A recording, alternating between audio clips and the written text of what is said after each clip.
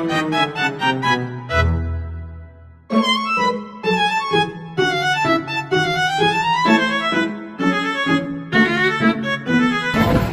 secara umum menjadi seperangkat pengetahuan, nilai keyakinan, dan pandangan dunia mengenai pemikiran dan tindakan seseorang dalam bidang ekonomi, sosial, politik, dan budaya. Nah, jadi gini Bos, tentang umumnya Pancasila sebagai ideologi itu adalah dia bukan hanya sebagai kumpulan nilai-nilai saja, tetapi dia terbuka dan dinamis.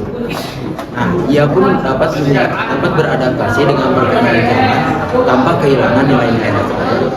Pancasila sebagai ideologi itu tidak kaku dan tidak mengikat kita pada satu dogma. Ia mampu menyerap nilai-nilai baru tanpa kehilangan kepribadian dasarnya.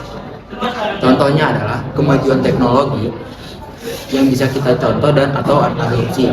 Tapi kita harus berdasarkan nilai-nilai kemanusiaan dan keadilan. Tujuan ideologi itu untuk mempersatukan dan menggerakkan bangsa menuju cita-cita bersama.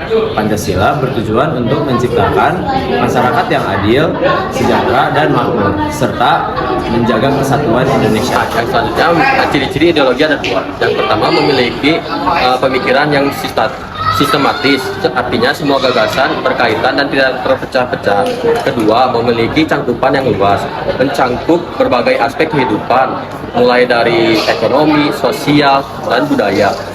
Nah, yang paling penting, ideologi juga sifatnya normatif, yang artinya ideologi bukan hanya menjelaskan apa yang ada saja, tetapi membedakan mana yang benar dan yang mana yang salah, serta apa yang harus kita lakukan.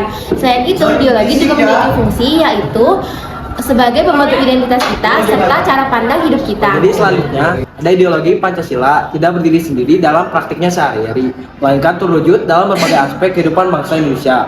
Contohnya adalah seperti sila pertama, ketuhanan yang Maha Esa. Jadi contohnya itu menjamin kebebasan beragama bagi seluruh penduduknya.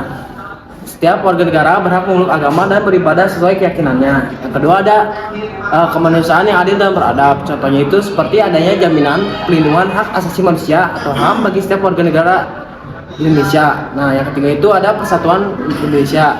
Pelaksanaan upacara bendera merah putih dan instansi pemerintah sebagai simbol persatuan bangsa, dan juga bahasa juga berpengaruh dalam persatuan Indonesia. Yang keempat itu ada kerakyatan yang dipimpin oleh hikmat kebijaksanaan dalam permusyawaratan perwakilan. Jadi proses pemilihan umum atau biasanya disebut pemilu untuk memilih presiden, anggota legislatif, dan kepala daerah di tingkat yang lebih kecil. Contohnya itu adalah musyawarah mufakat di desa atau organisasi.